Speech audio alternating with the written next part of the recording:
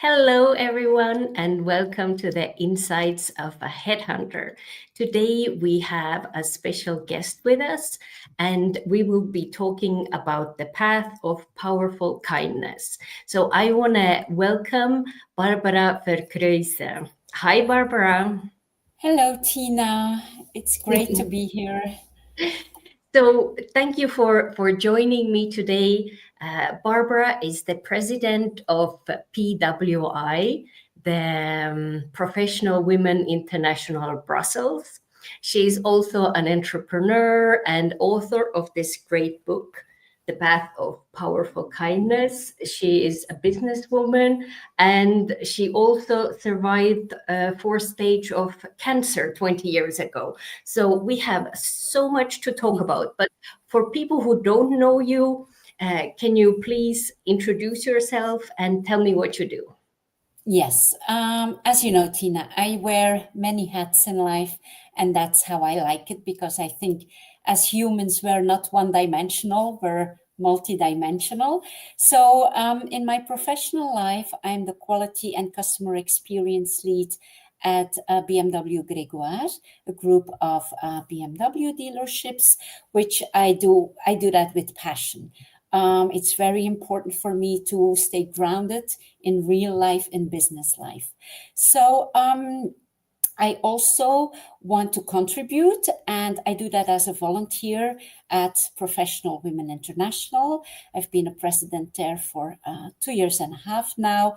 So it's my way to contribute to women empowerment, and especially at a certain age, I think you want to pass over a certain experience to younger women, sharing your experiences, your expertise. As you know, I also wrote a book, The Path of Powerful Kindness. I do often keynote speeches on kindness and leadership. I'm happily married for more than 25 years. My husband and I, we are the parents of three young adults. What else? I love to read also. I read an average between 40 and 50 books a year, a mix of audiobooks and like real books. And I think that's it in a nutshell. Yes, so we have many interests in common, and when I saw your book, The Powerful Kindness, I really wanted to get your insights, and Mhm. maybe we should go back a little bit to your personal story to Yes, see where you started, because where you're now and what you're sharing is something that you must have gone through some crisis in your life. So yes. Yes, well, many people ask me why I am so passionate about kindness. You know, it's not so common to call yourself a global kindness advocate. And that started really at a very young age. As a child, I was always called too kind for this world. People would say, well, Barbara, you will never be successful. You're too kind. People will walk over you. And I could never understand. I was thinking, what does that mean? Being too kind. Does it mean that I have to be less kind? As a child, I just couldn't. What kind of world are we living in? A world which says you have to be not too kind. Um, so that was something that lived, like the way I stood in life. I looked at life in sharing, like joy, kindness, being there for others. That was, like questioned. But then life happens and you grow up.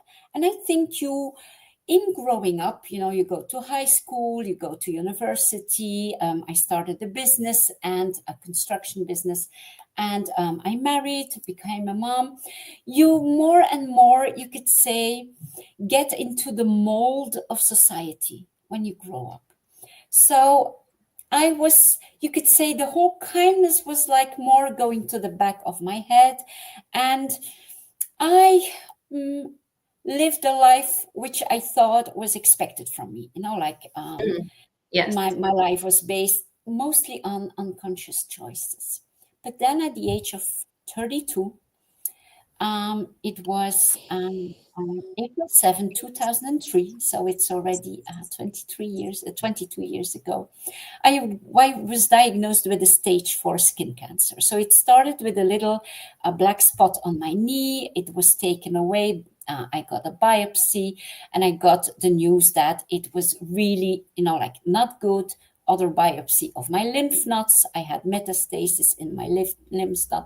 So I got 2 surgeries and a year of chemotherapy. And as you can imagine, when you're in hospital, like all those months, you have a lot of time to reflect. And especially since they told me that I would probably not live until the end of the year.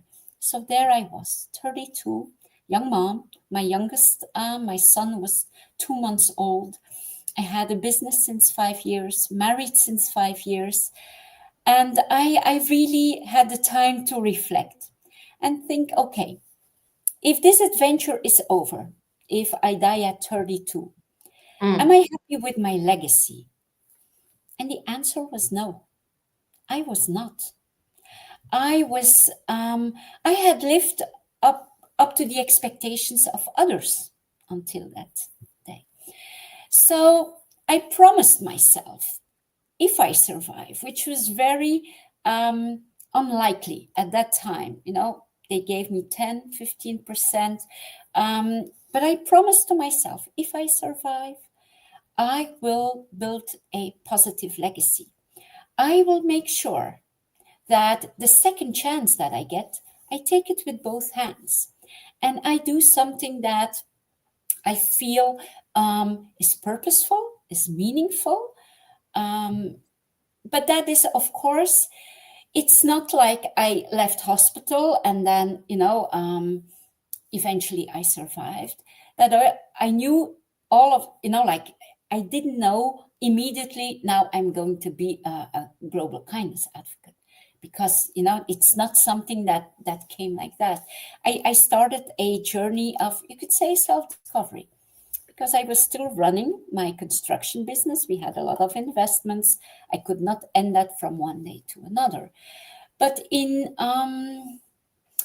that self-search, you could say, that self-discovery, it became clear that bringing a message of more compassion, more kindness into also a business environment was something that I became very passionate about. So here I am, 23 years later. I've been, I think, very active on social media since more than 10 years with bringing that message. I wrote my book 2 years ago.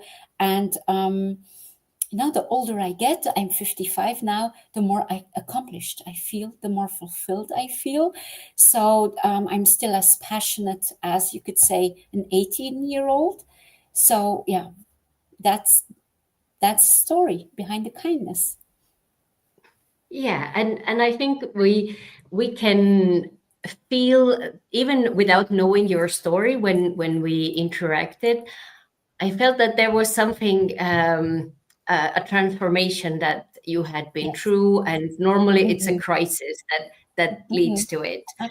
In your case, it was several ones, like you write in your book, that it took almost a physical death, a marriage crisis, and almost bankruptcy to break the shell of the ego personality. Yes. So it wasn't enough with the 4-stage cancer.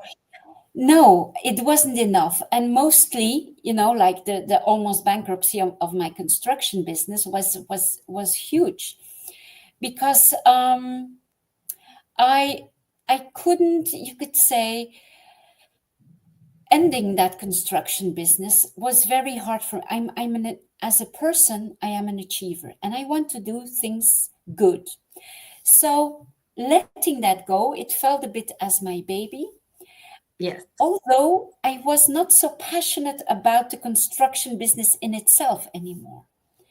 And in 2016, I was betrayed by 2 of my employees, which made me end up almost bankrupt. So it was really the universe who had to, bang me with my head against the wall and say, it is enough. This is not for you. Because I'm a very stubborn and driven person, to understand that. And we ended up with a lot of debt. In a certain moment, we sold our business building. We sold a lot of assets, but still there was more debt. And one day I get a call from the bank saying, we might sell your private home. And I was like, oh my God, our private home. You have to know, my husband is a jurist he was not in the business, so I already felt some guilt towards him to draw him to in this, financial crisis, and having to give up our dream house. You can see we're still living in it, Yeah. so it didn't have it all had a happy ending. Spoiler, yes. But the day the bank called, we might sell your house. That evening, I was, laying in bed, looking at the ceiling and really talking to the universe, saying like, seriously, I survived a stage 4 cancer to maybe end up homeless with our family? Our children were 16, 15, and 12 at the time. And there was something very deep, a deep realization that came, which the message was, Barbara, whether you are homeless or you live in your beautiful house, you are a worthy human being. And that was like, whoa, it was like as if a pressure fell from my shoulders. And I said, yes, that's true. I am Barbara. I can bring value into the world. So fortunately, we found another solution and we didn't have to sell our house. And I got an opportunity, so I had to end my business, an opportunity to work with BMW, which was at the beginning, it was an opportunity, but at the beginning, it was like more administrative work and you could say below my level. So I had to swallow a lot of pride to start there. But I needed work and I needed the money. So even I just took it. And after a few months, they offered me, do you want to do quality management?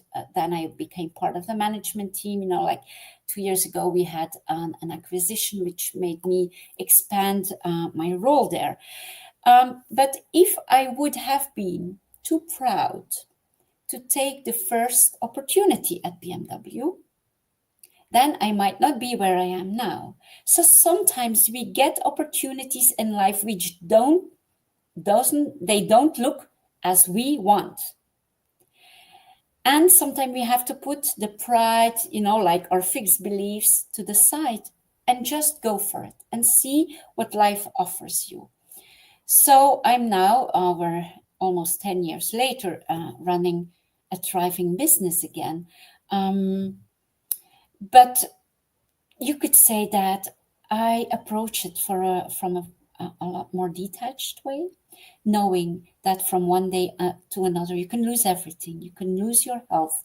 You can lose your loved ones. You can lose your financial stability. So knowing that nothing is permanent makes you more detached. So I'm very grateful and very, how would you say, appreciative of every moment, because I know it can change. And it's an abundant feeling. It's an abundant feeling when you're like grateful, like for your cup of tea, for the conversation we have now.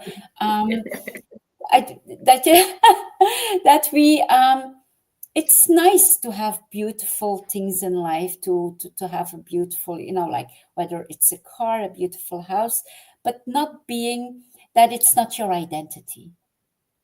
If it becomes your identity, you put your sense of self-worth outside you. So, but if you know that your self-worth is within you, so even if everything would be taken away from me, I can go tomorrow, like to whatever business or whatever happens, and like the value is within me. It's not in the title, and it's not in my house or not in my car or whatever. Yeah, and that is so important to think about, that we are not the labels that are Yes, attached to us, and not the absolutely. house we live in or the car we drive. And also how we approach people and Mhm. how we do business. But Yes. this is a question I finally understood when I was reading your book. It's how to restore balance in reconnecting Power power with with kindness, kindness. Yeah. because it's Yeah. not obvious. No, it's not obvious. So kindness has had many years, many decades, even centuries. This second notion of if you're too kind, you're it's like a weakness, but Yeah. it's not. Maybe I will say first what kindness is not. Kindness is not niceness. There's a big difference. If Yes. you're nice to a person because your parents taught you to be nice. Let's say to an elderly person, to a woman who's pregnant. It's something that is, you could say, taught from outside you. You have to be nice. Some people, and it's fear based. Let's say Yeah. you have a rude boss or a rude customer and they are disrespectful. But out of fear of losing your job or out of fear of losing your customer, you're just smiling and nodding, even if they're treating you disrespectful. That's being nice. If you're kind, which comes from within you, you detach from the disrespect that that person expresses towards you. You are kind, but you speak up for yourself. And you can do Yes. that in a kind and dignified way. You could Yes. say, why would you say that if they're saying something disrespectful? Or this is hurtful. Or this is not okay. What you're saying now is not okay. You don't have to yell, even if they're yelling. I think in staying calm and centered and balanced, you are the place you start from is within you. Like it's an expression of you. Kindness is an expression of you. And it is connected with the power because you're unshakable. It's not like you're, and it's a training. I have to say, Tiina, it's a training to stay kind, calm, compassionate with somebody who is unkind, who is even rude. But we always have to remember how we speak is an expression of ourselves. So if the rude person is really something that reflects on that person, it doesn't have to reflect on you. You can put, like, you could say, almost an energetic barrier because you are wrapped in your light and your kindness. It bounces back. It doesn't mean that you go in a like submissive way or in a doormat mode. No, but you can see through with a compassionate eye. You could say, why would people be rude? Why are you disrespectful? Being disrespectful to someone else is mostly being disrespectful to yourself. If people could see that when you speak ugly words, it makes you your entire who you are, it makes you get drawn in that negative energy. And as the person next to that, I can choose. I can choose not to be part of it. I can choose to set my boundary. But it doesn't mean that I cannot stay kind and compassionate because I can feel the compassion. If you're really aggressive, you're emotionally unstable. Maybe you have some immaturity. You're used to getting everything your way. Something is bad or challenging is happening, and you start to yell. It just means you cannot handle the situation. You are so. I think that that's the most important thing. Like kindness is not niceness. There's a deep kindness always requires maturity, understanding. It's balance. It's very powerful. Yeah. And like you said, it's about boundaries Yes. and keeping yourself away from negativity. And Yes. and Yes. like Oprah Winfrey said about niceness, and that she has been people pleaser for decades that she has the disease to please. And this is Yes. not what we're talking about. It's really No, about no. um, And I was, having, like for a yeah, long time, a people pleaser too. yeah, Very much because as a child, I always loved to see, like when you brought joy, like to make other people happy. You're just like yeah, that. You want to make other people happy. But some people are wounded inside. Some people carry luggage and, like hurt. And yes, they start to, it's like they feel that people who are genuinely caring, they know they can manipulate them. And I've met quite some people who were manipulative, narcissistic. And it's very hard. It's very hard when you're a, like genuinely caring person to deal with that. But I think it's very important that you meet those people because it teaches you inner strength. It teaches you boundaries. Let's say that me as a caring person, I would never have met a person who was like manipulative. I would have some naivete maybe in me. Now I'm very grounded because I've like been through so much. I'm grounded, but yet I was very mindful to not lose my compassionate heart. yeah, yeah. And I think there is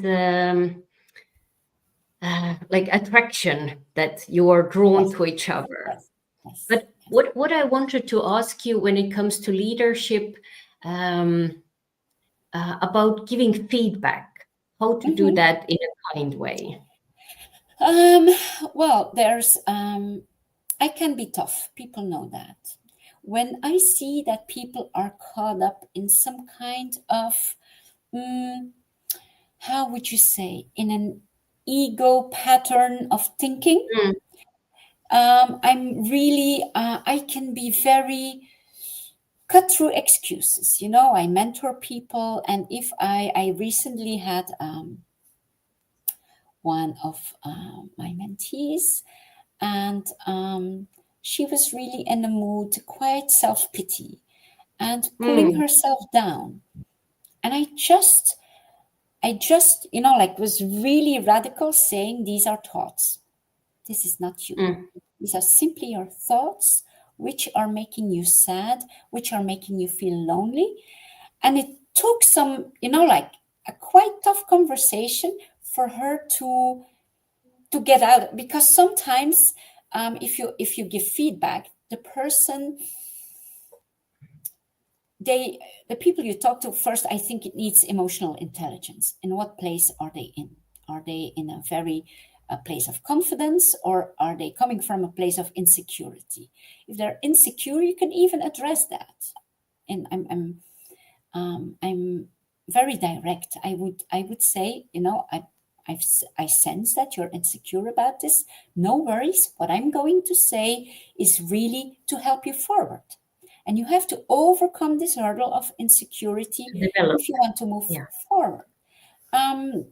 So I think that's it's the combination emotional intelligence and yet being honest, but in coming from a way with the best of intentions.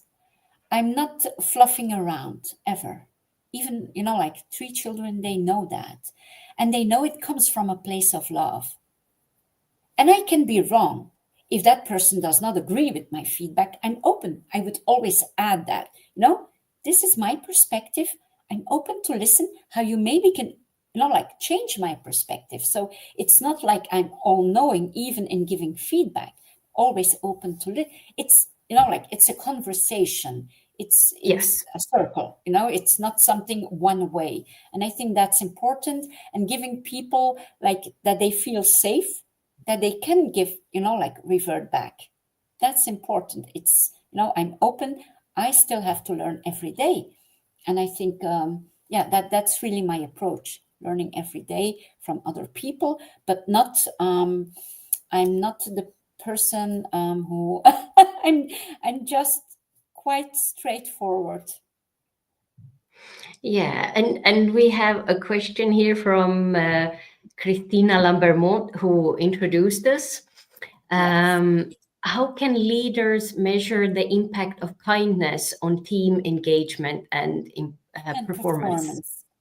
I Yeah. think it's quite easy. If you see that your team is working very collaborative, if there's, like a certain openness and you see performance increase, the natural underground, like undercurrent of the entire team is based on kindness. If you see performance going backwards and people working more isolated, then it's more competitive and fear based. So I think you can easily see it in performance. Kindness based collaboration always enhances performance because you're not afraid to share with your colleague things you want to grow together, you have a common goal. So that's quite, and if you see certain people who are still coming from an insecure place, being very competitive or talking, you could say, negative about other people, you really have to train them. You really have to, I'm sure you really have to educate, because it's not something that we have got in our education and our environment. Our environment has always taught almost the opposite, like competition, being tough in business. So it's not,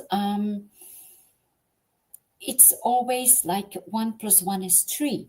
And even, like within PWI, I'm thinking like that, looking for other associations to collaborate with, to expand.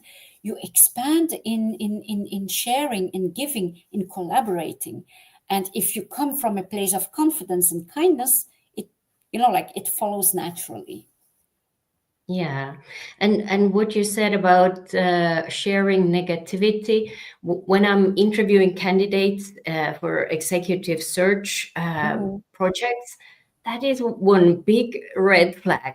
And Yes, like you yes, said, it can be trained if they're already in your yes. work environment. You can train them not to do it, Mhm, but I think mhm. it's cheaper to hire people who already Yes, have the mindset, so you absolutely. don't fall into that trap. Absolutely. Yeah. And even in the teams that I'm leading, if I feel people going into gossip, they know it's a no-go Mm, for me. Never. If they come, no. I will not participate. Of course, we can talk about work, the performance of a team member. There's a big difference in talking about, like the working of your organization or your team and gossip. Now, there's a Yeah. big difference. Are you Yeah. talking about the working and towards a common goal? Or are you just, like talking to put someone down? I think it's very important to put that in your organization very, like very firmly.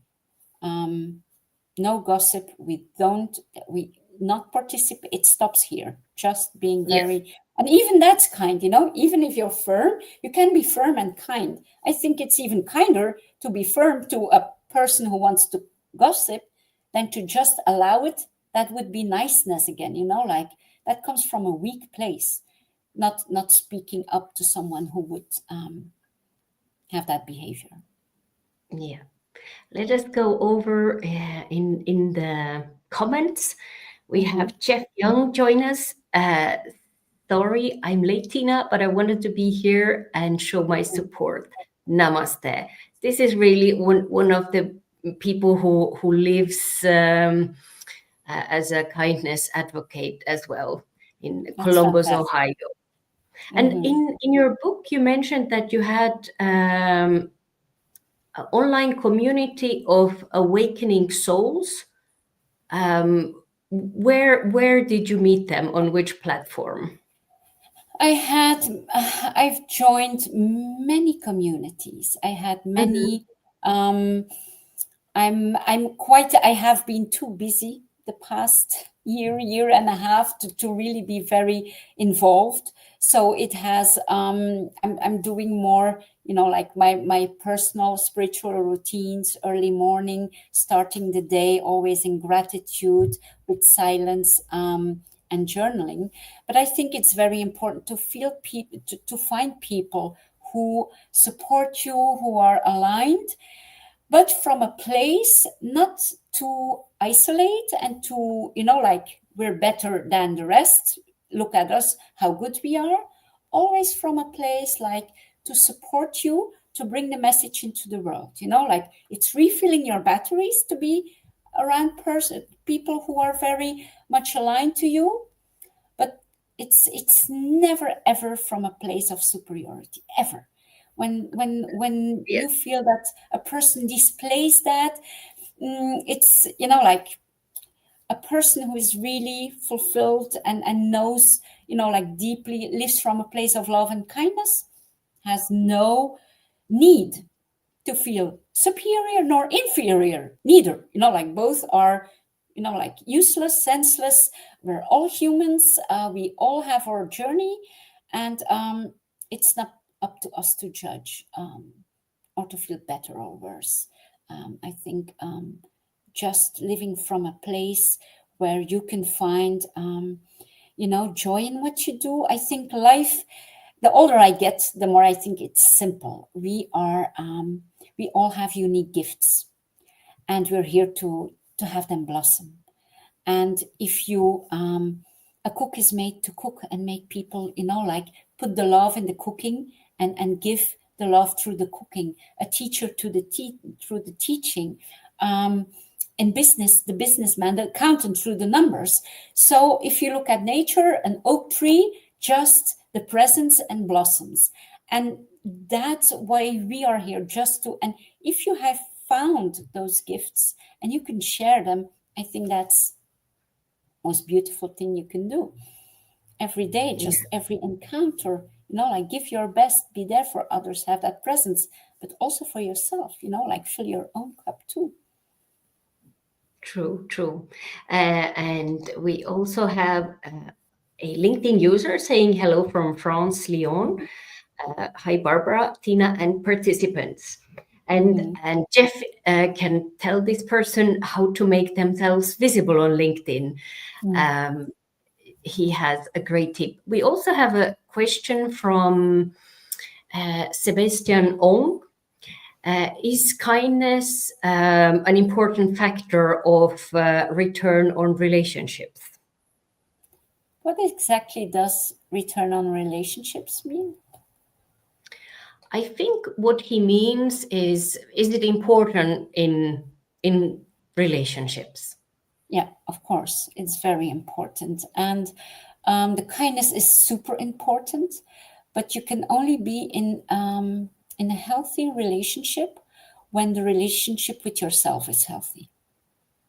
So if you come from a place where you are from an inner place fulfilled, balanced, you have that self-love, you go in a relationship where you give, and there's a natural circle of giving and receiving, but you don't go in a relationship to claim, demand, have expectations, ask something in return, because there you start from a place of scarcity. I need you, I want you. That's a kind of a immature place to start a relationship. If you come from I'm married for more than 25 years. We've been through ups and downs. And I think the way relationships are often portrayed in, like all the romances, and it's not very healthy. I think we don't need, if you need someone to make you happy, it means that you are not fulfilled yourself. So, but if you are happy with the way you are, who you are, you go from a very different place into relationship. The kindness, the love comes naturally, and it doesn't mean if you feel that the other person comes from a needy place, if the other person comes from an needy, that you can set boundaries, that you can what you allow in a relationship is very important. What you allow and what you don't allow. The self-love and self-respect is essential.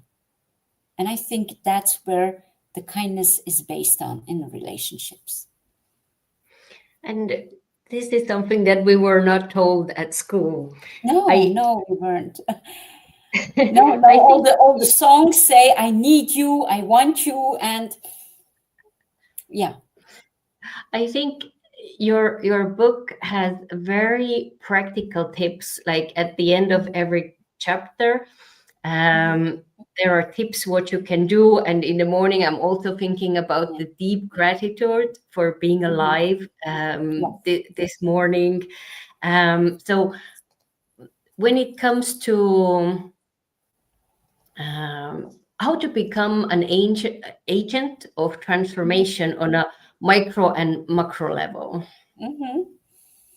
I think it's the hardest part, that embodiment, Mm, embody, and it's it takes time. It's training. It's routine. It's being very committed. Um, and it's being in every encounter, because it would be very easy for me to talk here, like on the screen about kindness, and then hearing my mom or my husband or my kids and not being kind. So it's a practice every single day, every single moment, but it is so rewarding because it opens your heart, and living with an open heart is a joyful place. There's almost no more fear left when you live from a joyful place, because you don't give someone else the power to hurt you. So if mm, somebody would say something hurtful to me, I would more feel compassionate for that person, thinking, oh, what made you say that? Why would you say that? Do you feel so unhappy that you feel the need to express those words? So that's a very different approach. Um, and it's especially taking care of yourself, feeling and very high self-awareness. When are my mm. batteries getting empty? How can I say no, to like, if you have too much on your plate, be honest about it. I need some time for myself. I do that in my agenda. I block moments where it's full. I do not accept any, because if I would like to, I would be busy every day from 5 in the morning till 11 at night. So I'm very mindful about what I say yes to. And if I say yes to something, I'm fully present. There's a lot that I say no to. And that's just to protect my own energy, to be able to show up every time again, full of love and kindness. Yeah, I think it's very important to do that gracefully Mhm. as well. And I Yes. think your book has a lot of good references as well, like quotes from other books that I love, like Edith Mhm. Eger, the ballerina of Yes. Auschwitz, and Mhm. Don Miguel Ruiz, the Yes, four yes, yes. The agreements, like intro those of the, yeah. all those books that you have read and mentioned here are also gold. So it's, and like you said, it's daily practice, and when you need Mhm. inspiration, read more of those books to Yes, be more centered. absolutely. I think we know what's good for us, but sometimes we don't have the self-discipline to do what's good for us.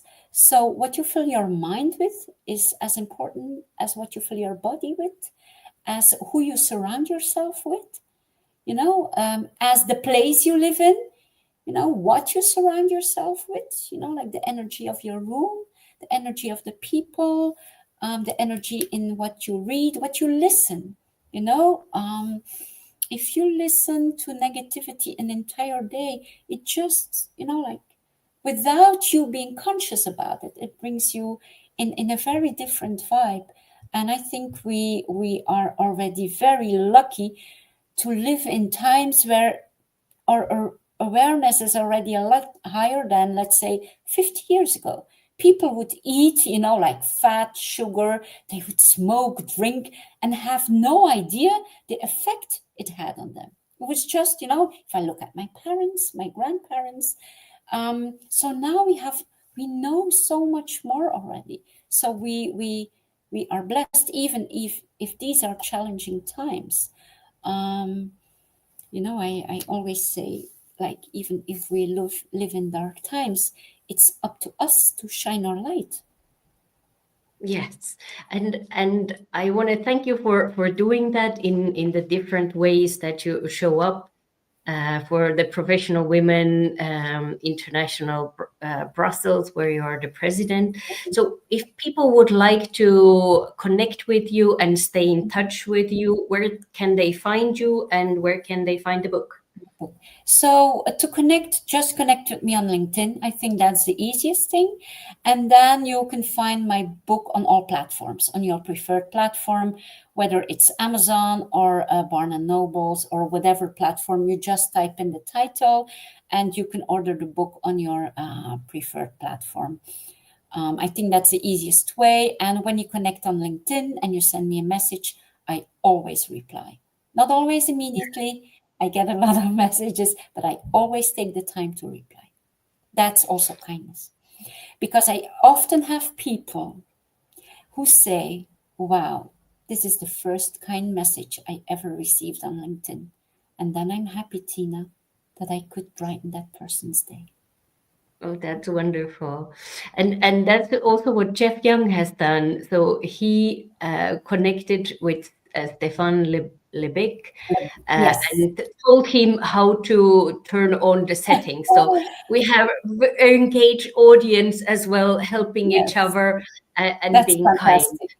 I'm saying hi to Stefan because I know him. I'm very happy he's here, and to Christina, who I know, and I'm sure I will be connecting with the other people too. Yes. What are the final things that you want people to take away from this conversation? Okay. I think the most important message is, as a human being, never to forget you are valuable, you are beautiful, and you are worthy.